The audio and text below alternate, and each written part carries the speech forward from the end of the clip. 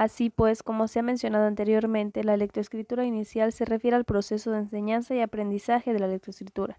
Para aprender a leer es necesario que el maestro enseñe la lectoescritura directamente y brinde a los estudiantes la oportunidad de leer a diario. De este modo, podemos decir que en la etapa del aprendizaje de la lectoescritura inicial es importante desarrollar los siguientes aspectos: la conciencia fonológica, el conocimiento del principio alfabético, la fluidez, el vocabulario, el manejo de estrategias de comprensión de texto y la escritura. La conciencia fonológica es la habilidad para identificar y manipular sonidos en el lenguaje oral. Es decir, cuando un estudiante domina esta habilidad, es cuando tiene la capacidad de identificar sonidos y de comprender que las palabras están formadas por sonidos y que esto se puede representar con letras y palabras. De este modo, existen distintas actividades que pueden ayudar a potenciar el desarrollo de la conciencia fonológica, como por ejemplo juegos de rimas, juegos de adivinanzas, entre otros.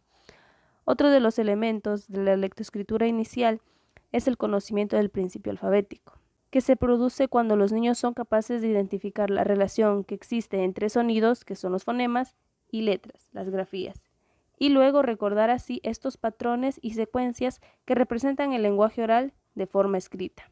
La fluidez, en cambio, se refiere a leer con velocidad, precisión y expresión adecuada.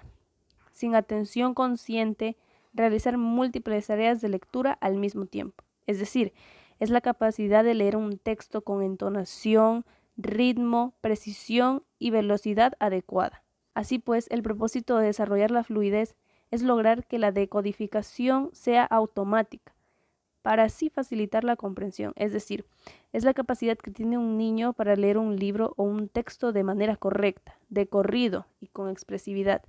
Un lector fluido no tiene que parar para descifrar cada palabra. Más bien, un lector fluido es aquel que puede leer la mayoría de las palabras automáticamente. El vocabulario es la capacidad que tiene una persona de producir una palabra específica para un significado o la habilidad de comprender palabras. Para desarrollar esta capacidad, los niños y niñas necesitan ampliar sus conocimientos de palabras escritas y habladas, lo que éstas significan y cómo se usan. Así, un niño que tenga profundidad del vocabulario ejerce un mayor efecto sobre la amplitud de la comprensión lectora y la comprensión del lenguaje. Del mismo modo se hace mención al elemento del manejo de estrategias de comprensión de texto. ¿A qué hace referencia este elemento?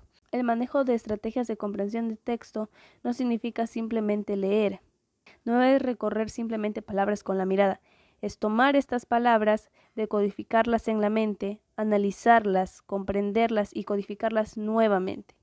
Ahí está la importancia del desarrollo de la comprensión lectora, pues juega un papel crucial en el aprendizaje de los niños, ya que radica en que el niño aplique estrategias para poder recordar y entender lo que se lee. Es decir, implica este poder de comunicar lo que se ha leído y escuchado. Es poder encontrar el significado a lo que se lee, que no solo requerirá de comprender, sino también de analizar, pues es una herramienta que permite al niño pensar e ir más allá de sus capacidades cognitivas y así poder aprender. De este modo, para que haya un nuevo aprendizaje, debe existir una comprensión completa del contenido. Es decir, la comprensión lectora supone una de las herramientas más básicas e importantes para el ser humano a lo largo de su proceso de aprendizaje, sobre todo en su desempeño académico y profesional. Y por último tenemos el elemento de la escritura, que se refiere a dos aspectos. Por una parte, hace referencia a realizar el trazo de las letras que corresponden a los sonidos y por otra a producir textos breves. Con frecuencia se piensa en el trazo de las letras. Sin embargo, la escritura, composición o expresión escrita implica tanto procesos motrices de producir un texto como procesos cognitivos necesarios para poder comunicarnos. Así los niños desarrollan sus conocimientos de la lengua escrita en diversas etapas. En la comprensión de las formas alfabéticas de la escritura, que son llamadas niveles de conceptualización en el proceso de adquisición de la lengua escrita. Y esos son el nivel presilábico, el nivel transición presilábico-silábico, el nivel silábico, el nivel de transición silábico-alfabético y el nivel alfabético.